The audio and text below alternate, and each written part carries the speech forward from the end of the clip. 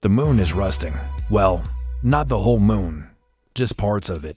And while that doesn't sound like a big deal, scientists were pretty shocked by this discovery a few years back because it raised a bunch of questions that nobody had the answers to. Like, how can an object in the vacuum of space rust?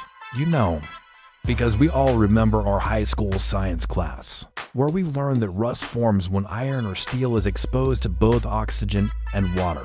In 2020, scientists with NASA's Goddard Space Flight Center were analyzing data gathered by the Chandrayaan-1 orbiter. That is India's first lunar exploration mission that orbited the moon from 2008 to 2019.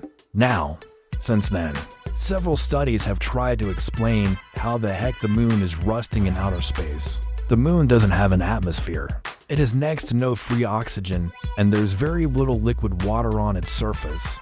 So how does it rust? One possible explanation is that the moon is picking up stray oxygen from Earth's atmosphere. Earth's magnetosphere extends way out into space.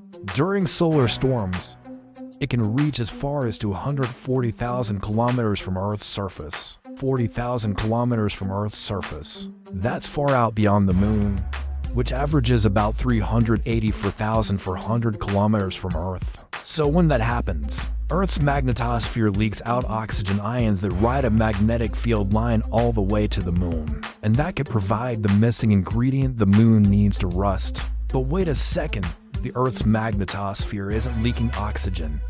It's leaking hydrogen. Remember our high school science class again? Hydrogen reduces iron, so it should be protecting the moon from rusting.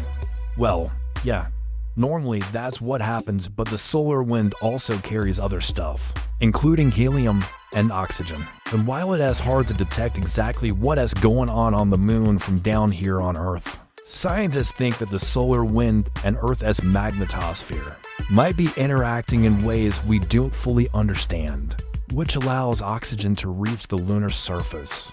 Another possible explanation is that the moon is picking up oxygen along with bits of debris left over from all the meteor impacts over billions of years. Those impacts may have also delivered water to the moon, too.